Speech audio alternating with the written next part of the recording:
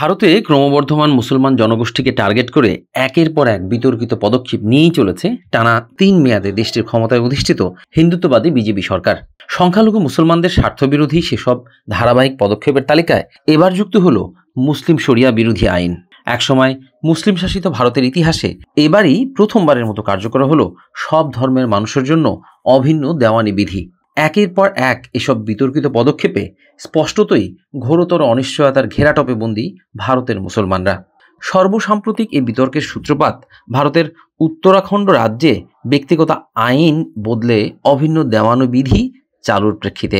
কেননা এতে জন্ম, বিয়ে, বিবাহ বিচ্ছেদ, সম্পত্তির উপর নারীর অধিকার ও উত্তরাধিকারের মতো ধর্মীয় সংবেদনশীল নানা ক্ষেত্রে সব ধর্মের মানুষের জন্য একটি আইন কার্যকর হবে।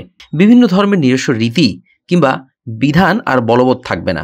তবে এখানেও থাকছে বৈষম্য। কেননা অভিন্ন বলা হলেও এ আইনের বাইরে থাকছে আদিবাসী ও উপজাতি জনগোষ্ঠী। ফলে এই বিধানকে মুসলমানদের বিরুদ্ধে একটি রাজনৈতিক অস্ত্র হিসেবে দেখছেন অনেকেই। অবাক হলেও সত্যি, বিতর্কিত এই নতুন আইন জারির ফলে উত্তরাখণ্ডের যে কোনো বাসিন্দার ক্ষেত্রে ধর্ম নির্বিশেষে বিয়ে, বিবাহ বিচ্ছেদের বিষয়ে একই বিধি কার্যকর হবে। সকল ধর্ম ও সম্প্রদায়ের কন্যা সন্তানরাই সম্পত্তিতে সমান অধিকার পাবেন।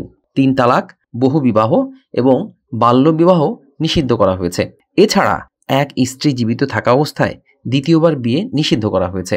নতুন এই আইনে তালাকপ্রাপ্ত মহিলা পুনরায় প্রথম স্বামীর সঙ্গে সংসার করতে চাইলে তাকে মধ্যবর্তী সময়ে অন্য এক পুরুষকে বিয়ে করতে হবে। বিয়ে না করেও কোনো যুগল একত্রে বসবাস বা লিভ ইন করতে পারবেন, কিন্তু তাদেরকে নিয়ম মেনে রেজিস্ট্রেশন করাতে হবে। বিয়ে না করে একত্রে বসবাসকারী যুগলের সন্তানও সমস্ত অধিকারই পাবেন। উত্তরাখণ্ডের নাগরিক হয়েও যারা অন্যত্র বসবাস করছেন তাদের ক্ষেত্রেও একই বিধি কার্যকর হবে। উত্তরাখণ্ডের সদ্য প্রণীত এই বিধি নিয়ে বিশেষজ্ঞরা নানা প্রশ্ন তুলেছেন। তাদের মতে এই বিধি সংবিধান প্রদত্ত নাগরিকদের গোপনীয়তা, আত্মমর্যাদা আর ব্যক্তিগত পছন্দের অধিকারের পরিপন্থী। অভিন্ন দেওয়ানি বিধি প্রয়োগের তীব্র বিরোধিতা করেছেন AIMIM এর প্রেসিডেন্ট আসাদুদ্দিন ওয়াইসি।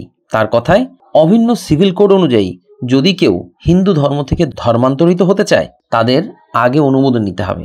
এছাড়া হিন্দু বিবাহ আইন, হিন্দু উত্তরাধিকার আইন এবং উপজাতিকে যখন এখানে ব্যতিক্রম বলে ধরা হয়েছে, সেক্ষেত্রে এটিকে অভিন্ন সিভিল কোড বলা যেতে পারে না। এটা নির্বাচনী লক্ষ্যবস্তু মাত্র। অভিন্ন সিভিল কোডের বিষয়টি ভারতের অনেক আইনজীবীও ভালোভাবে দেখছেন না।